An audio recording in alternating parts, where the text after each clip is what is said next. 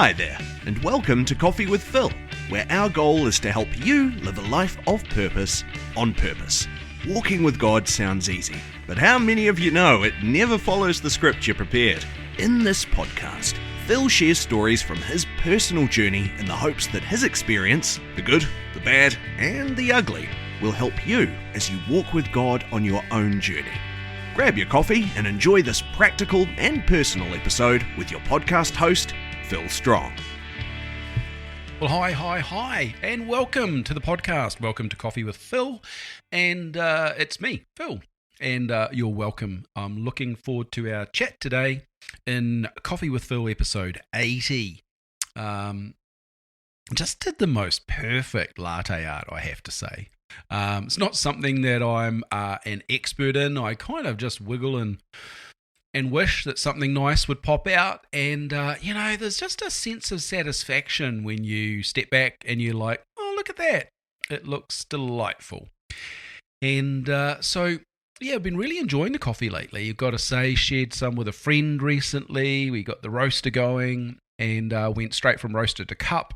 And, fresh coffee. Trust me, if you have not tried super fresh coffee, then I would definitely get yourself along to a roastery and talk about your coffee supply.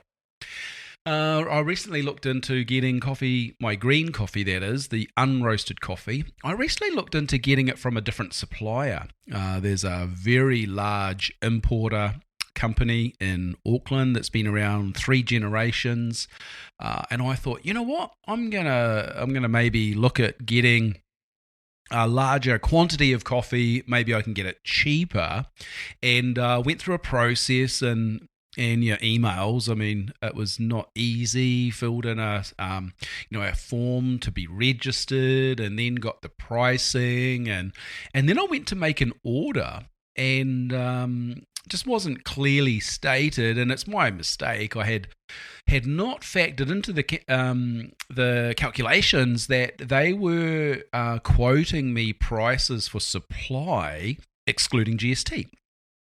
And the guy that I currently buy off is a local, is a cafe owner, and of course it's retail. So I just made a big mistake, and I realised that actually I wasn't getting much of a discount from them at all. And so I just stuck with my local guy. I'm like, yep, hooroo, good up. And this is a great relationship. And I order them and he ships them pretty much same day. And I usually get the coffee beans the next day. So that's Brazilian beans, by the way, if you're interested. Brazilian beans from a low altitude under 1,200 feet. I must look into what that means, but I do know from the roasting research I've done on roasting and the different profiles that you can, profiles meaning the program of roasting, the different kind of outcomes you're trying to achieve. I know that there's a different scientific process applied to coffee beans from different altitudes, and that fascinates me, but I'm just not clever enough to comment on it right now. Anyway, today, episode 80, we're not actually going to spend much more time talking about coffee. The title of this episode is Leadership is Lonely. Leadership is lonely. And you might already disagree with me and be sending in your complaints. I'll file those in the appropriate folder. But look, we're going to talk around this, so we'll see if we agree at the end. But often the sparks for these conversations that I have with myself, you're listening to those conversations, a lot of these conversations flow out of other significant chats that I'm having with people, because the opposite to leadership being lonely is doing leadership in community. And as you'll hear, it doesn't have to be lonely, but it often is lonely. And I've got some ideas on how we can ensure leadership isn't too lonely, but I've got an example. There was one, the most commonly referred to one that I know of is Coffee with Phil episode 45. It's called Don't Wreck Your Shipwreck, and we'll link to it in the right places. But that I remember exactly where I was sitting. I remember exactly what the weather was doing. I remember the conversation I was having with the friend, and we were just we were just yarning about life and challenges, and then that phrase came out in that conversation, and I'm like, dang, that's just such a good phrase for describing, I suppose, some of the things that we're walking through as leaders, and so therefore the podcast just flowed out of that, and there's plenty of others that I could refer to. But I thought I'd start by asking the question, why is leadership lonely? And I came up with 5 reasons, I suppose, from my own experience. And so let's just walk through them. Because what I'm not doing here is I'm not prophesying doom and saying you have to be lonely if you want to be a leader. I'm not saying that. What I'm acknowledging is that in the journey, we often travel through a space that makes us feel lonely, and I'll talk about that in a minute. The friend that I had coffee with today, earlier in the morning, he's in a leadership position. I'm on a board that serves his organisation, and we were chatting mostly personally, but we just talked about, how hard it is for him, and we were, sharing with each other, but how difficult it was for him to find support from the right channels. And in that, he and I were agreeing what makes it lonely, what we can do to remedy that, how we can support each other. And this is what I would say applies to him and me, this first reason. Why is leadership lonely? Often, as a leader, you live inside the vision that is not current reality. So you're living inside the future that you want to create, and you're wrestling with the tension of it's in you, but it's not yet manifest outside of you, and that creates a different alternate reality than the people that you're working with, because what quite often they're excited about the vision, but they're not living inside of it like you are as the leader. Because I'm a big believer in God releasing vision through people, and often he chooses the head of an organization because, the head leads. So one of the reasons why it can feel lonely in leadership is because you're carrying a vision and you're trying to get others on the journey, and often everyone's excited, but you're carrying the burden of it. You're excited about it the most. Now, the second reason that I've put down here that leadership sometimes is lonely is the burdens that you carry as a leader are often not for sharing with your team. So some of the challenges you're facing about the future, some of the challenges you're facing perhaps with the financial intricacies of your organization, or the exposure that you have to risk, or some kind of legal challenge that you're walking through, it's not appropriate to share every single burden that you've got or challenge that you've got with your team. I mean, that's why you're the leader and they're not the leader. But that means that often in conversations, you can't always talk about everything that's on your mind or on your plate. And so in a conversation with your team, you can't always feel connected or that they're connected. And that just creates a disconnect. And I don't mean that relationally. I think that's a professional disconnect that's appropriate. But you just got to manage that as a leader. It would not be appropriate to bring your staff in on all the challenges you've got, all the personal issues you're dealing with, or the client or financial or board-related issues, external relationships going wrong, all that stuff. It's just not appropriate to take your staff on that journey. You want them to succeed and thrive in their role in the organization. But the third reason, and this is a little bit of a tongue-in-cheek one, but sometimes the team is actually the burden. And you might have a particular team member, or you might have a staff challenge or a financial challenge. Maybe there's retrenchment happening in the organization. Sometimes you just got to walk that out, and you've got to make the tough decisions in a closed room. And so sometimes the team is the burden. You've just got to even growth. Growth is a challenge, and managing growth with people is also a challenge. So sometimes the team is the burden.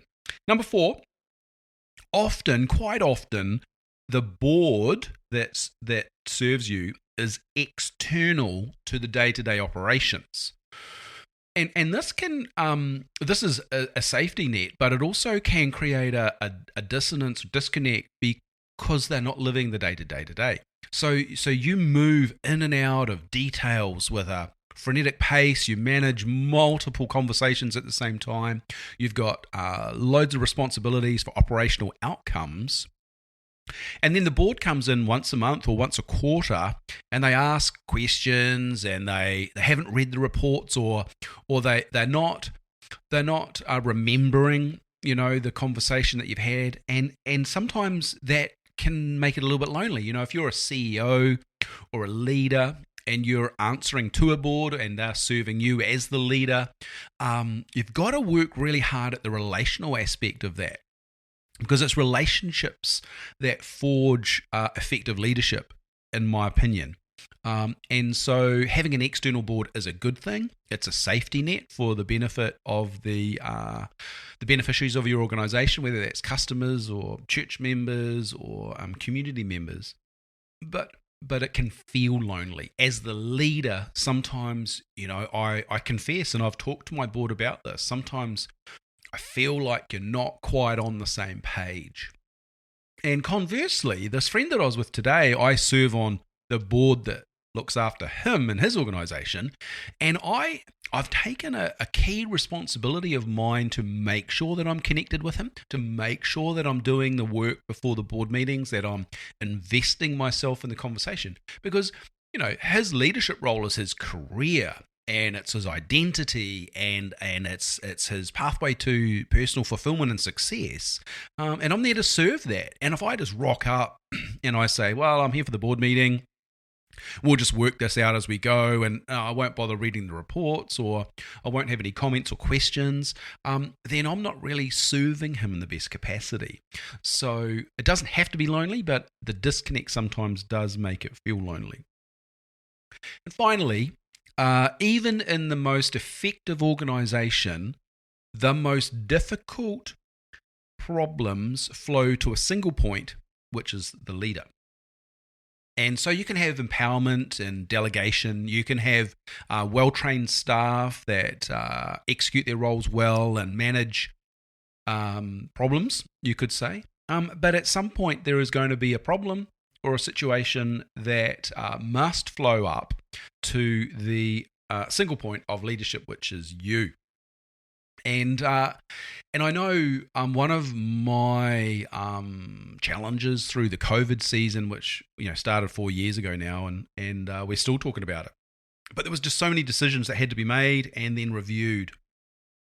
And you get decision fatigue, because you're not just making decisions, but you're questioning the decision you just made, and then making a different decision because the whole landscape has changed. And we went through a building relocation project with the church, and there was a refurbishment project that went on longer than I wanted it to, but I had decision fatigue in that too, because as the project owner and having contractors coming in that weren't always thinking about the bigger picture, there was an overload, and so one of the things that does help contribute to the feeling of loneliness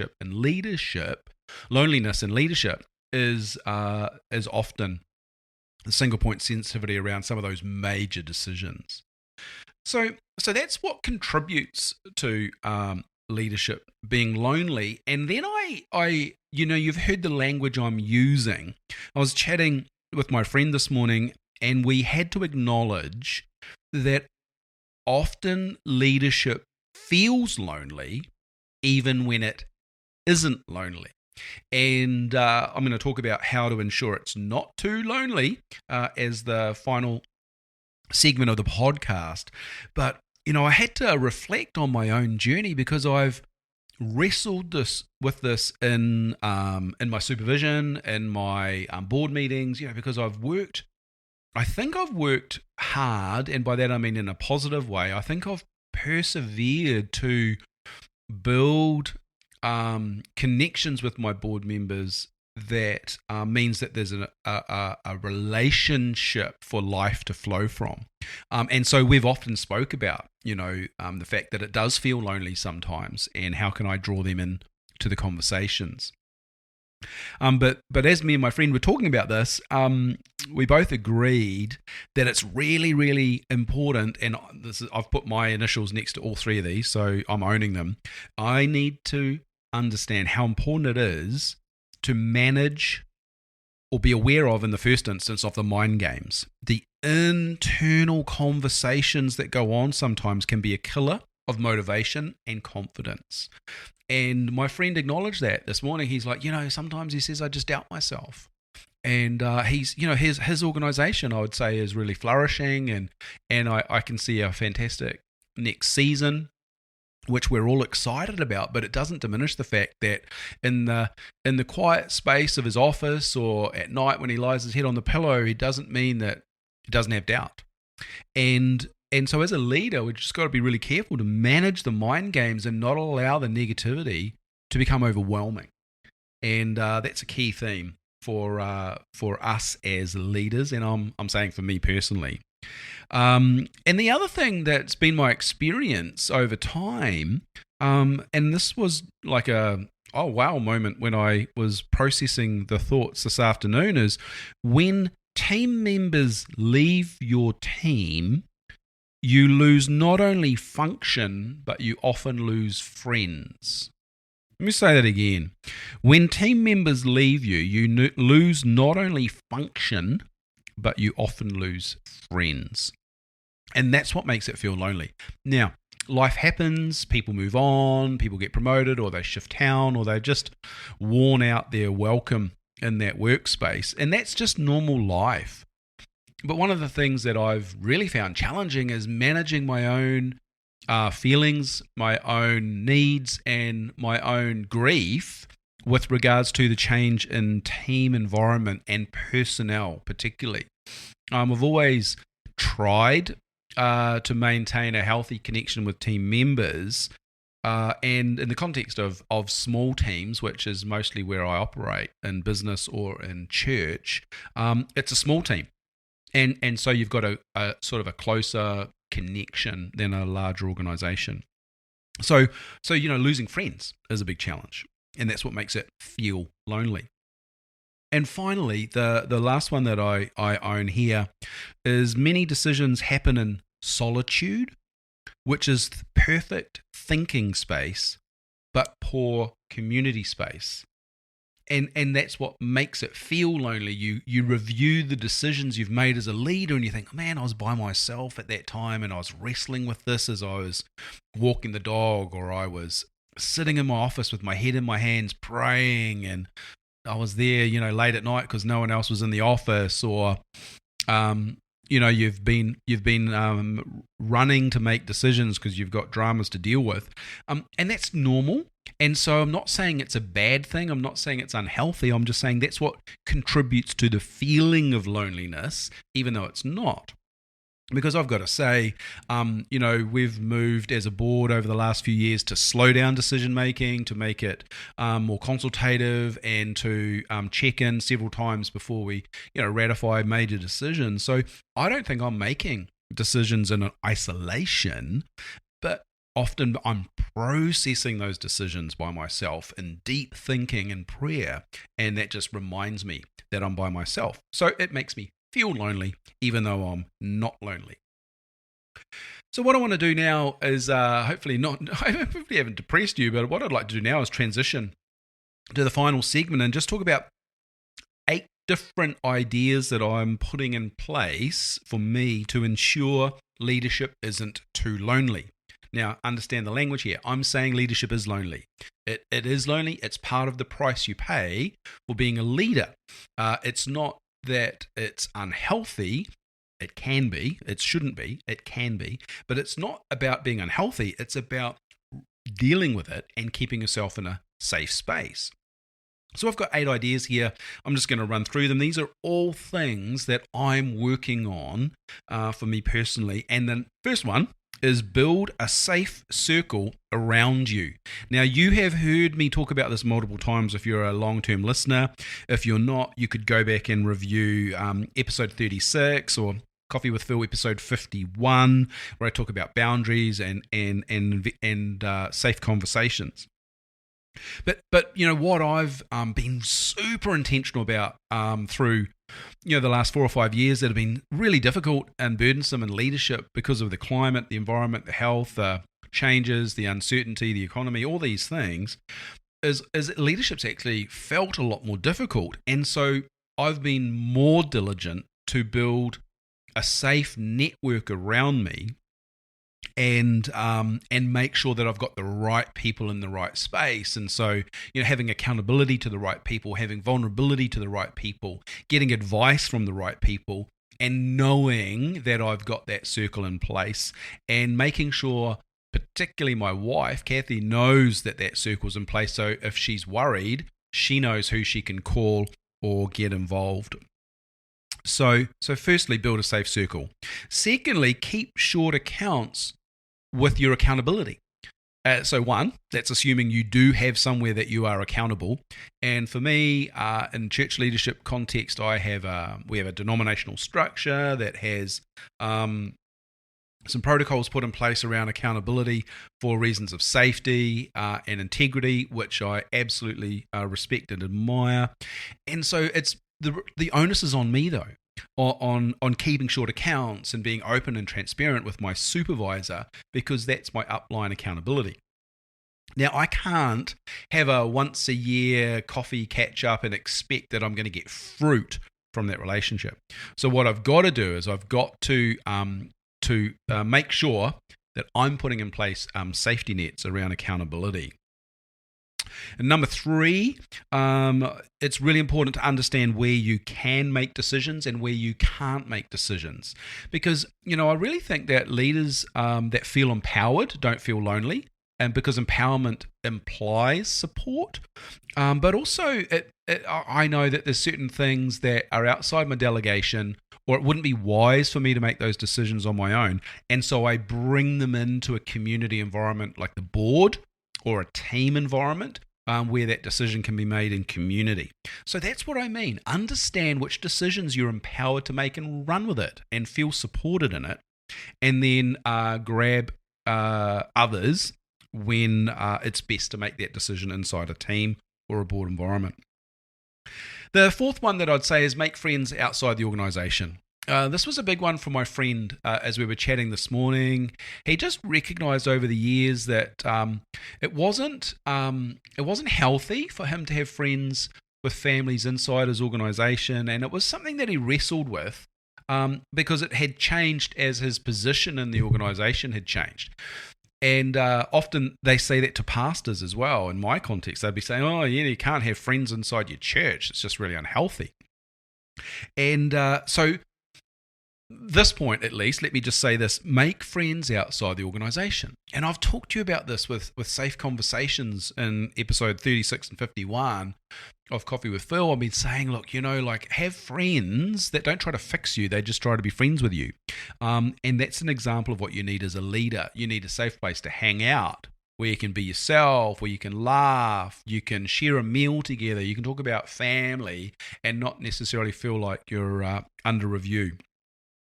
But the fifth one that I would say is also make friends inside of the organisation.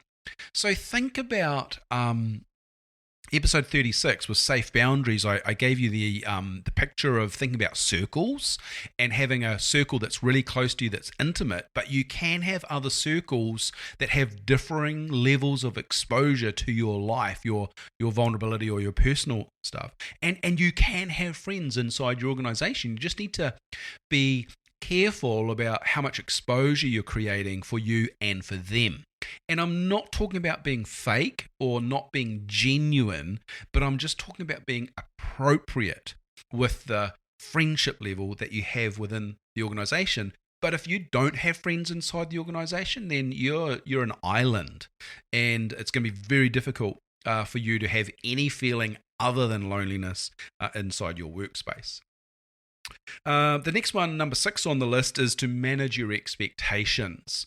I think what I'm doing in this podcast is acknowledging that leadership is lonely to a point, and it's going to be times where it feels lonely, and I've got to manage my expectations around that.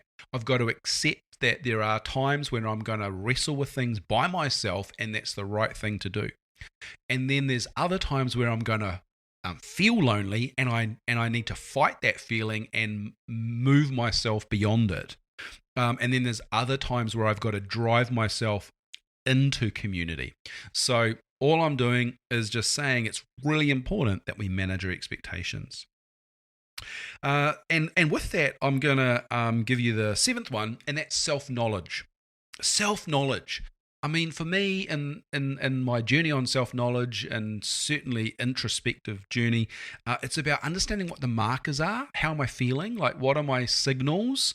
You know, if you walk in the room and your spouse is really frosty, if you've been married for more than 5 minutes, you know what I mean. But, you learn over time to read those markers. Did I do something wrong, or is something else wrong? Or, if there's someone in your family that's just prone to being grumpy or wearing their heart on their sleeve, you know how to read that. Well, you've got to learn to do that for yourself. What are my markers? How am I tracking? Why am I feeling like I'm feeling? The other thing to note is what are my triggers? What do I know sets me off? What do I know drains me? What do I know irritates me? What do I know brings up the negative aspects to my character? What are my triggers? And finally, what are my needs? What do I need? If you don't know what you need, then you can't communicate the needs to the important people in your life, the close people to you. I'm feeling lonely at the moment. I just need to hang out. I just want some fun. Can we go and have some fun together? I just want to talk through something. Can we grab a coffee and sit down and have a yarn together? What are your needs? So self-knowledge is number 7. And I saved this one for last. And this is going to help on the leadership journey. Grow leaders from within your organization. I think that's the best answer to shifting the loneliness, because then you're lifting others into a higher level of the organization and helping them to thrive and flourish, but you're also you're empowering them because you're lifting them to a leadership position, and then you get to have better conversations in the workplace because you're wrestling with similar things as leader to leader conversations. Leadership podcaster Kerry Newhoff said, particularly in a church context, he says, don't steal leaders from other churches, grow them yourself. And so that's the challenge of a leader, is to draw out the capacity of others and to help them to grow and mature into someone that can influence other people, which is the definition of leadership. So today's conversation was all about the concept of leadership being lonely, what contributes to that, what makes it feel worse than it is, and then how do we safely ensure that it's not a negative for us. And I gave you 8 practical things that I'm doing and that I'd encourage you to do also. So, as always, love hanging out with you, love being in your earpods or playing in the car as you're driving. Thanks for coming and enjoying Coffee with Phil. And look, I've got some interesting stuff. I'm going to record the next podcast right now because it's in front of me and it's exciting. I'm going to talk about the toughest conversation. So, if you're a regular listener, I'm going to see you in episode 81. But until then, you take care and find yourself a decent coffee somewhere today. Cheers.